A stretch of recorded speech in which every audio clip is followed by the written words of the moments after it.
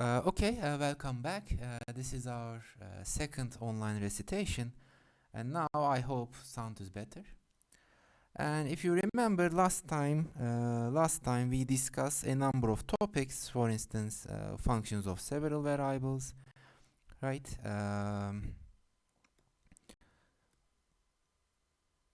Functions of several variables, limits and continuity, partial derivatives, higher order derivatives, and the chain rule.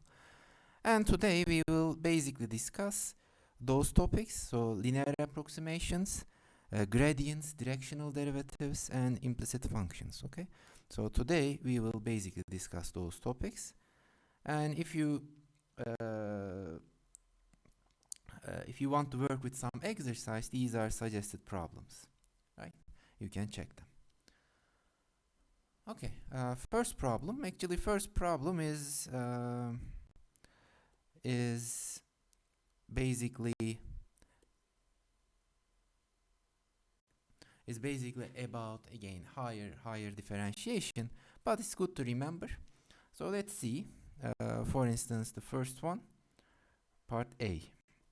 Part A is easy, so it's enough to observe. Maybe it's a nice exercise. It's enough to observe. First, we should maybe define two functions, y4 and function v, which is x cube. Okay, these are our basic variables. Actually, I just let this thing u and this thing v. Okay, fine. And then, if you remember, we have the usual dependency relation. What was it? So the function f actually depends on uv, and so it depends on uv, and uv depends on two extra parameters, x and y. Okay, and we are going to differentiate with respect to this dependence relation and by using chain rule, of course. Okay, so using the chain rule,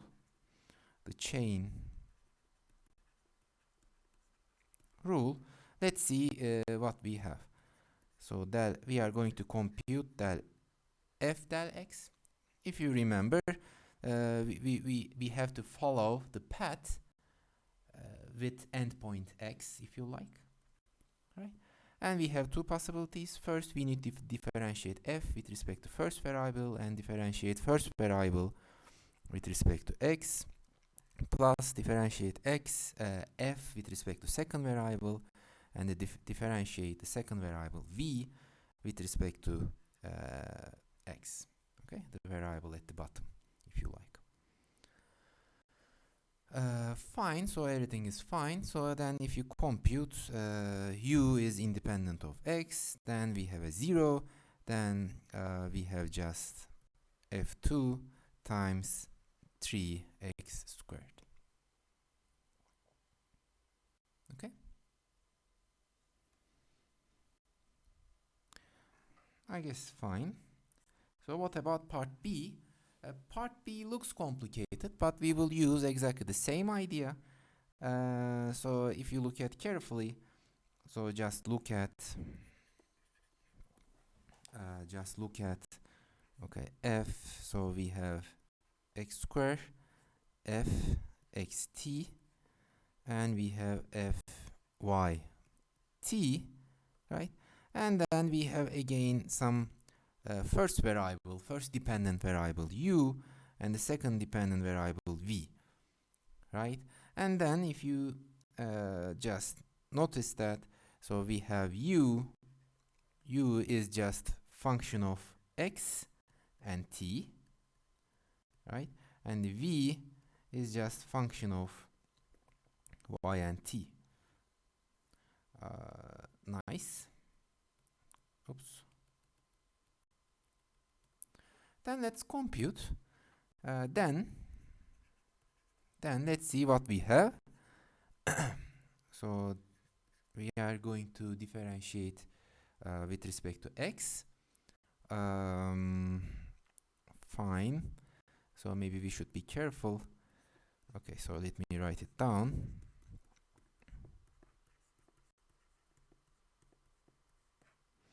Okay, of course, first we need to differentiate everything with respect to first variable, which is u in that setup, in our labeling. This is u. And then we should differentiate u with respect to x. So let's differentiate. But now you should use the product rule. First differentiate with this. First we differentiate the first expression, and then plus, we don't touch the first one, and differentiate second one. Be careful, now the second one is a function of x and t, and we differentiate this thing with respect to first variable. Okay? Then that's all, and that's all, right? Because the second one is independent of x, so we don't need to move in that direction. Fine, so if you collect terms, be careful, this thing depends on u. We just differentiate with respect to first variable times, okay, we have 2x fxt plus x squared f1 xt. Okay, that's all. Everything is nice. Okay, so it's easy. It's an easy exercise. Actually, we did this kind of at least one problem in the last time, right? Last week, or yeah, last week, I guess. Okay, fine. So that's all. Okay.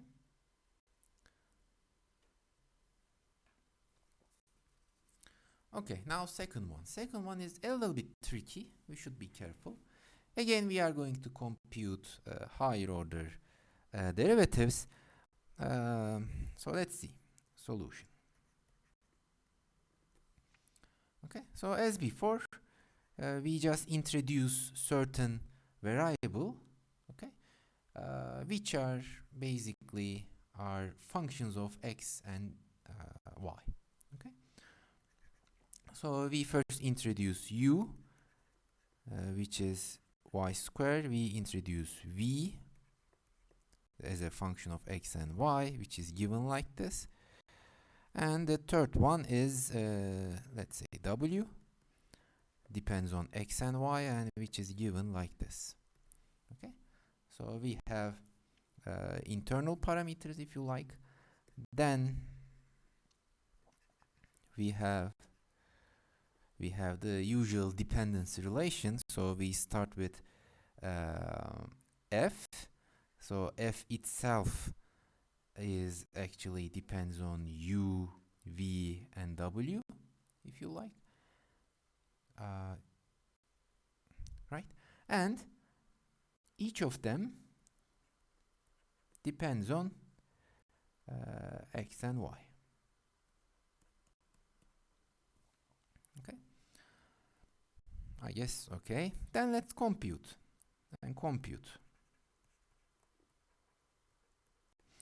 Let's see. So we are going to compute this partial derivative. But first, we differentiate f with respect to x. So let's see what we have. Let's try to deal with the inside. Okay, so let's see. So we are going to differentiate f with respect to x. So somehow we have to follow each path, right? So we have this path, and this path, and that one. Okay, fine, which means that we first differentiate f with respect to first variable, which is u in our setup, and then differentiate u with respect to x. Then plus differentiate f with respect to second variable, and differentiate the second variable with respect to x. And plus differentiate with respect to third one, and differentiate third one with respect to x. Okay, all possible paths towards the variable x. Actually, we follow each path according to this dependency relation. This is our chain, if you like, right? So we use chain rule basically. Okay, fine. So this is 0 because it's independent of x, and this is y, and this is something. Okay, so let's see. Then we have something like this. So by using linearity, we have this one, this term, minus del y, 2x times f3. We just use linearity. Now we are going to compute those things. Fine. So now we need to be careful. We need to use the product rule because, y. Maybe we should be careful. Keep in mind that, so we should be careful because we have a dependence relation for f. Everything is fine, no problem. But we have exactly the same kind of dependence relations for each fi. I mean f1, f2, and f3. Meanings are first differentiation, first partial derivatives. So each actually is a function of uv,w, and exactly the same way each depends on x and y.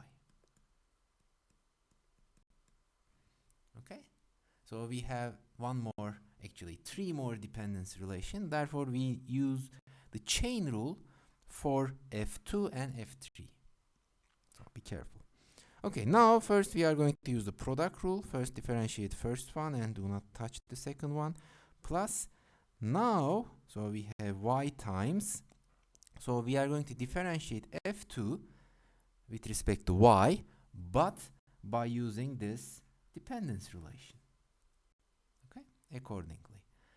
Then, therefore, we first differentiate f2 with respect to first variable, differentiate first variable with respect to y, plus differentiate f2 with respect to second variable and differentiate second variable with respect to y, plus and differentiate f2 with respect to third variable and differentiate the third one with respect to y. Okay? You see, we follow actually all possible paths. So we follow all such paths, right? Those things for f2.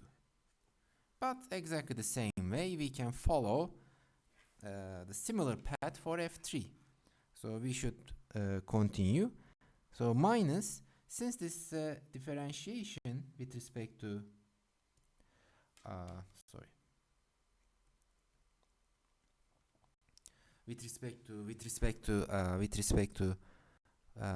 y, the term over here 2x, if you like, is a kind of a constant. So just we have 2x, then differentiate f3 with respect to y, so we have exactly the same story, something like this, plus f3 2 v del y plus f3 3 w del y. Okay, then I guess you can easily compute because u, v, and w are known. Then if you compute it, this will be the final result. So let me write it directly. So this will be the result.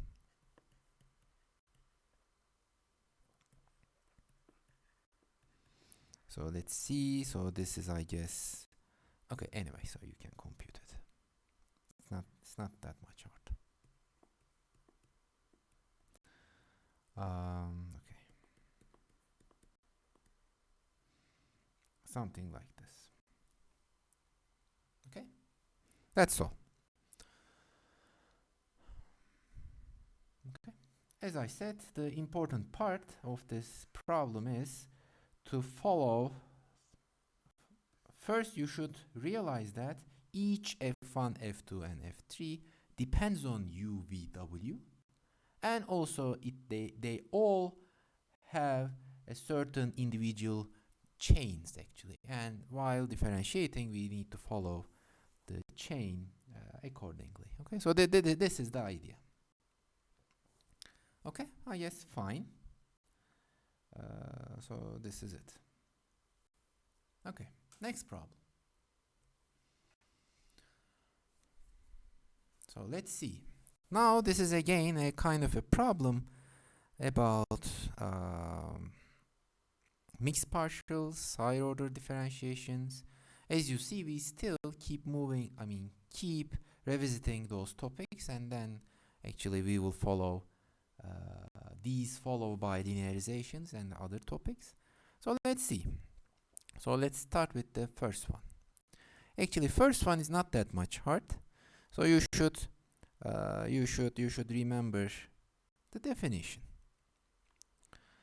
Last time we actually discussed how to define those partials, right, in a very explicit way. But now I just directly compute them. Okay, and then okay, the first one. So we are going to evaluate partial derivative of f with respect to x at the point 0, 0. But as before, 0, 0 is a kind of a jump point. What does it mean? I mean, in the sense that the behavior of f is actually changing around the point 0, 0. Therefore, we should be careful. We must use the definition. Okay, you cannot just directly differentiate this expression with respect to x. So, because this expression holds for all points different from the origin. Therefore, we should use the definition. So if you remember, the definition is somehow you need to use the usual limit definition of a derivative, but now we are interested in the change in the first variable. Okay? Therefore, okay, as I said, we are interested in the change in the first variable, and we don't touch the second one because it is fixed, because we are going to differentiate with respect to x. Remember the picture I have drawn, if you remember the last lecture. Okay, anyway, so we have this. And then if you compute, so we have limit. Okay, limit. So what is the definition? Now h is different from 0, then you can apply the definition over here, this one. When y is 0, okay, when y is 0, each term is 0 in the numerator, but divided by h square minus 0 divided by h. So this is just 0. Okay? No problem. So what about fy 0, 0? Maybe I should note that, maybe a small remark, we are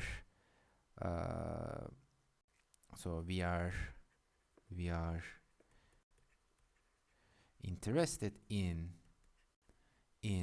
the change in the first component, if you like. Okay, and now we are going to be interested in the change, but now in the second component. Therefore, and as before, now the first one is fixed. We are interested in the change in the second component, and h. Okay.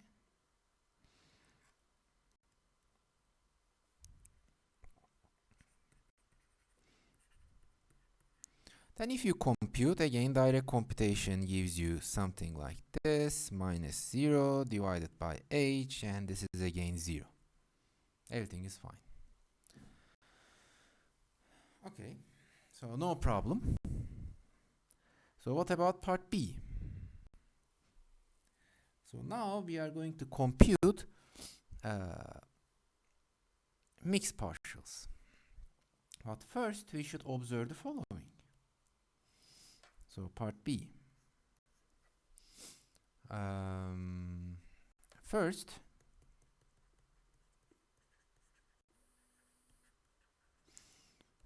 we observe that for all xy different from 0, 0, 0, if you like, for any of those points, we have the following observation. First, actually you can directly, this is just a direct computation, by the way. for those points, if you directly differentiate f with respect to x, this will be the result.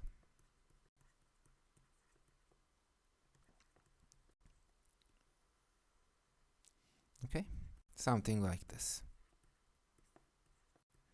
And if you differentiate f with respect to y, this is again a function of x, y. Okay, but now it is something like this. So let me write it down. I just skipped the computation. This is not that much hard, but a little bit messy, but you can deal with this, no problem.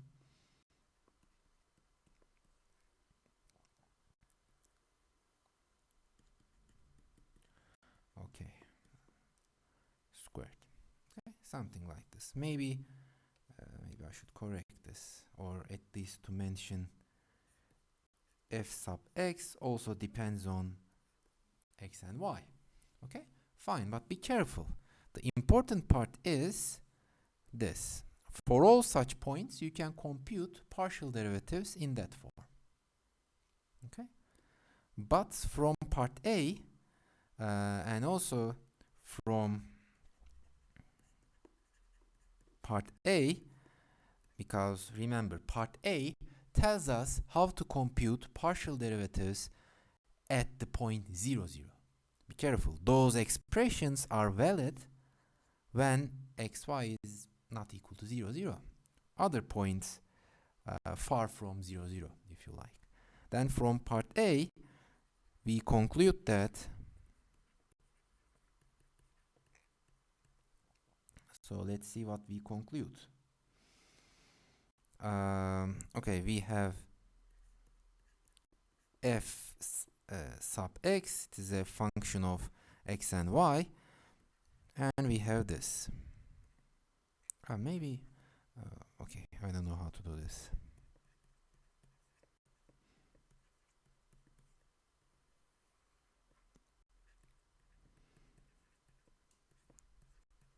Okay, this one, if xy is not 0, 0, and it is 0 if xy is 0, 0. Okay.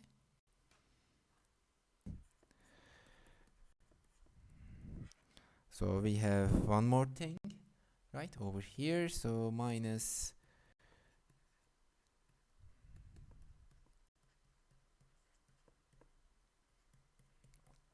right, something like this.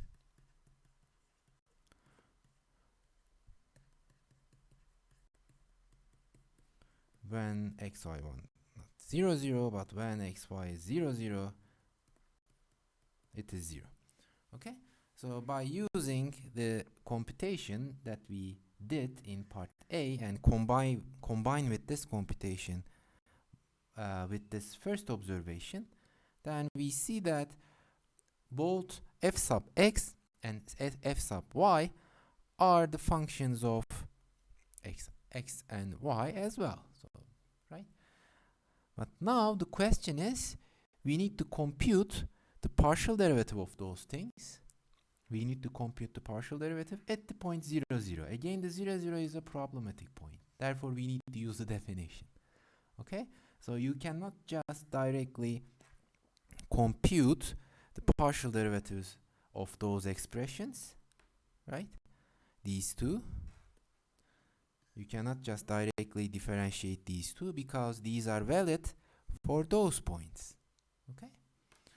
But now, again, we are going to compute the partial derivatives of those functions at the jump point. Okay? At 0, 0. So let's see. But of course, things getting uglier.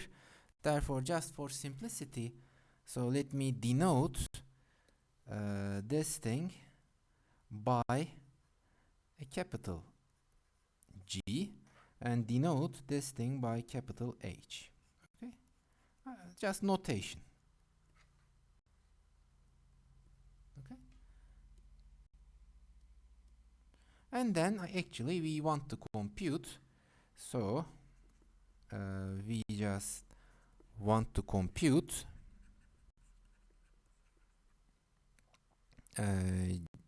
g of y 0, 0 and h of x 0, 0. Okay, be careful. So this is exactly just f x y 0, 0, and this thing is exactly f y x 0, 0.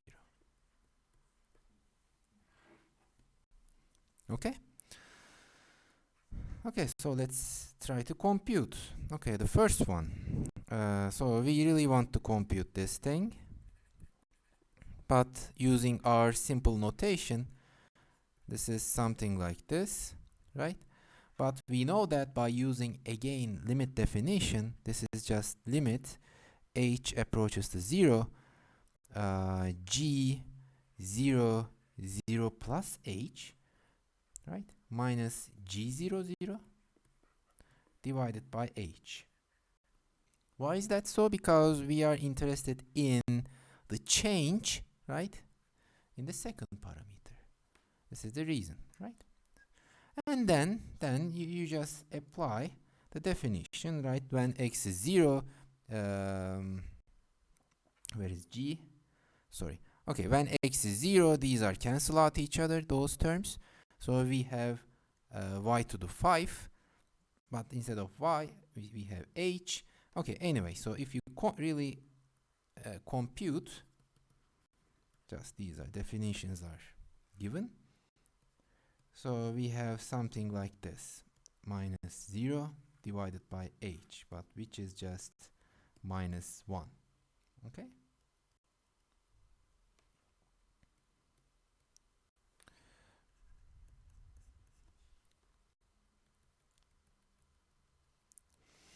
Okay, now the second one, we are going to compute this mixed partial, but by definition,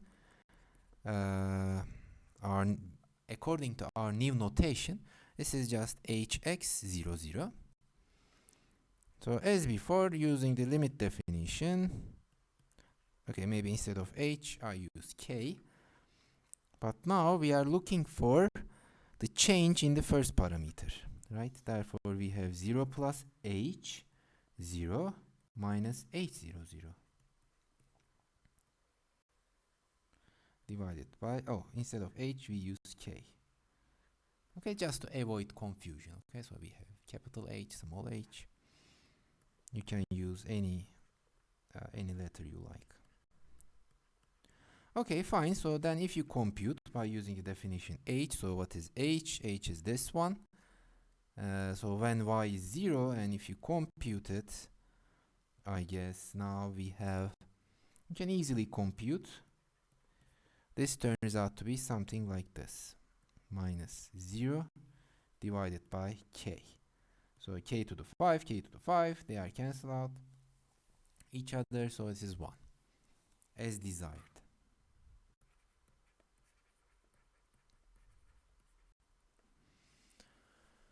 Okay, actually next question is tricky. I mean the part C, because you see that we computed mixed partials, right? This one and this one. But the common sense is they are, I mean, maybe the question you may ask, aren't they supposed to be the same, right? The common sense tells us that they are, I mean, they should be the same, right? Recall the theorem, right? So we have a theorem. So according to this theorem, mixed partials should be the same. But of course, this kind of interpretation is a little bit naive. I mean, the theorems comes with their hypothesis, okay? So therefore, if you go back and check the theorem, the hypothesis of the theorem says that f and all partials of f up to order 2, so in this case, because we are looking for second order differentials, must be continuous. Okay? So therefore, there is no contradiction. Actually, you cannot use the theorem. Okay? So this is the idea. So in part C, sorry. part C.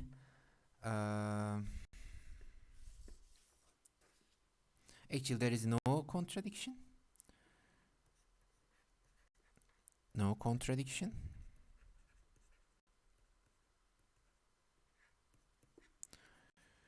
The reason is because one can show that the hypothesis of the theorem holds, because we cannot, because maybe I should write like this: the hypothesis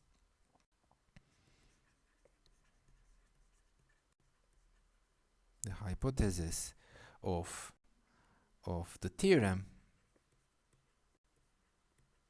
fails. Okay, this is the reason. So what was the hypothesis? The hypothesis was f and all partials should be continuous at 0, 0. All partials means f1, f2, f1, 2, f2, 1. Okay, so this should be the condition we have to guarantee. Okay, but in our case, in fact, so our function actually does not satisfy the hypothesis of the theorem. So this is the problem. But in fact, one can show that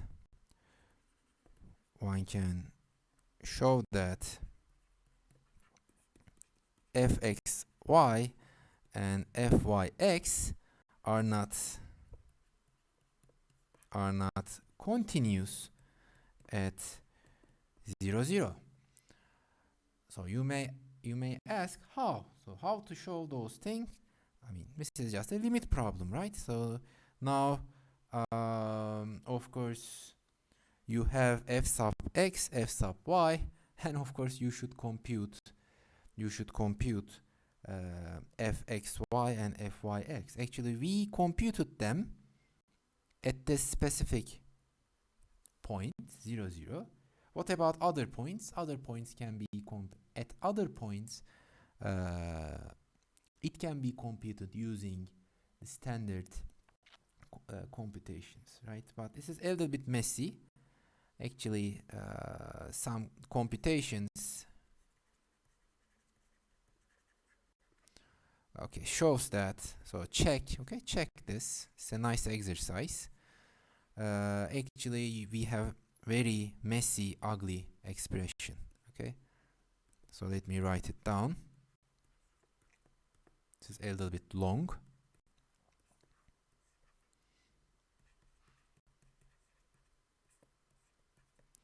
You just differentiate with respect to y, right? The first expression for points different from 0, 0, 0.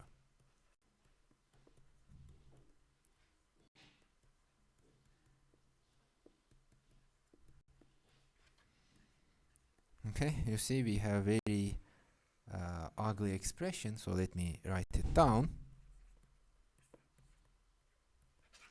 So this is true if xy is different from 0, 0. When it is exactly the point 0, 0, we already computed this is minus 1. This is exactly the function fxy depending on xy. Okay, then you should check that limit of this function at the point 0, 0 does not exist. Okay, then it cannot be continuous, right? So check that. It's a nice exercise, but I'm going to give a hint, no problem. Check that limit xy 0, 0 of this function, right, does not exist. Okay, remember the last time we learned that showing the non-existence is rather easy, right? Actually, you have to check the limit along different curves passing through the point 0, 0. So just enough to check. Enough to check. Okay.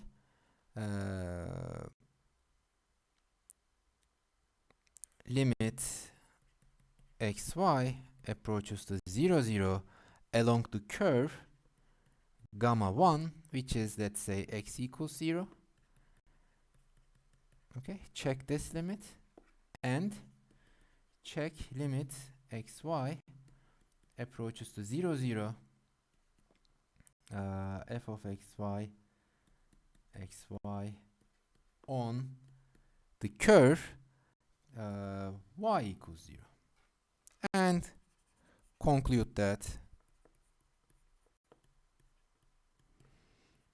they are not the same. Okay, so you can easily compute. Therefore, so this shows that, and hence, and this shows that, right? This would show that limit